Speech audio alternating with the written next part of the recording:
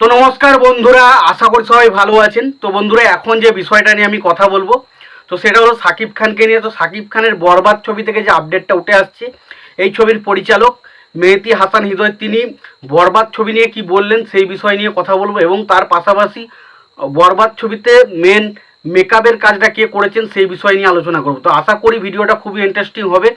ভিডিওটাকে আপনারা শেষ পর্যন্ত দেখতে থাকবেন। চ্যানেলটা নতুন হয়ে থাকলে অবশ্যই আপনারা চ্যানেলটা সাবস্ক্রাইব করে নিয়ে পাশে বেল আইকনটা অবশ্যই প্রেস করে দেবেন। ভালো থাকবেন, সুস্থ থাকবেন। তো শুরু করছি আজকের ভিডিও।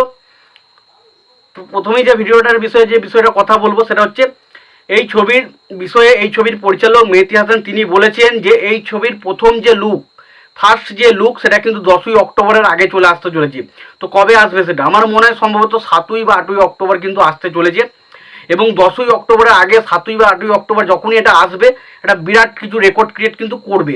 তো দেখা যাক যখনই আসুক কেমন হয় জিনিসটা, এবং সত্যভাবে সেটা আমাদের কাছে কতটা ইমপ্রেসিভ হয়, কতটা আমাদের কাছে শকিং হয়। যেমন আমরা তুফানে দেখেছিলাম সাকিব খানের লুক যখনই এসেছিলো তখন থেকে একটা কিন্তু ঝড় উঠে গিয়েছিলো।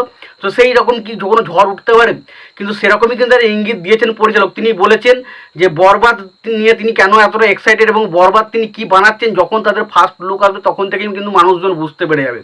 তো এটা থেকে তিনি বোঝাচ্ছে যে এই ছবির পরিচালক মেহেদী হাসান হৃদয় তিনি কিন্তু প্রচণ্ড কনফিডেন্ট। তো দেখা যাক সেই কনফিডেন্টের কতটা কি ছিটে ফোটা আমরা দেখতে পাই।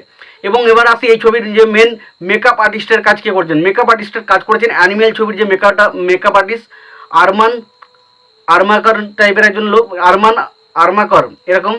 তো অ্যানিম্যাল ছবির যে মেকআপ কাস্টিংয়ের যে কাজ করেছিলেন তিনি কিন্তু এই ছবির মেকআপ কাস্টিংয়ের কাজ করেছেন। এটা ডেফিনেটলি খুব ভালো একটা দিক। তো দেখা যাক, অ্যানিম্যাল ছবির কাস্টিং তো অসাধারণ ছিল। তো দেখা যাক এই ছবির কাস্টিংটা কেমন হয়। এবং সেই কারণে আমরা প্রথমেই তো একটা মানে সাকিব খানকে যে চুলটা দেখি লম্বা লম্বা চুল এবং কোনো দাড়ি হিসাবে আমরা দেখতে পাচ্ছি। তো ডেফিনেটলি এটা খুব ভালো দিক। তো বোঝাই যাচ্ছে যে লুকটাতে দেখে কিন্তু সাকিব খানকে অসাধারণ লাগছে। তো এখন দেখার মতো বিষয় হচ্ছে যে মেহেদী হাসান হৃদয় তিনি কি শুধু মুখে ডায়লগ মারছেন, না ফাইনালি যখন পোস্টারটা আসবে সেটাতেই কিছুটা বোঝা যাবে, এবং পরবর্তী সময় টিজার টেলার এলে সব কিছু আমরা জানতে পারবো। এবং আমাদের যেটা জানতে পারছি যে বাংলাদেশের সব থেকে বড় বাজেট ছবি যেটা হতে চলেছে বরবাদ। তো সেই বরবাদ ছবিটা কি নামে বরবাদ বলা হচ্ছে, বেশি টাকা খরচা করাচ্ছে, না ছবিটার মধ্যে গ্যাঞ্জার কিছু রয়েছে বা গ্যাঞ্জার স্কেল কিছু রয়েছে যেটা আমরা দেখে মানে বাংলা ছবিতে এরকম কিছু হয় না সেরকম কিছু দেখতে পাবো। তো দেখা যাক, সেটা সময় এলে জানতে পারবো।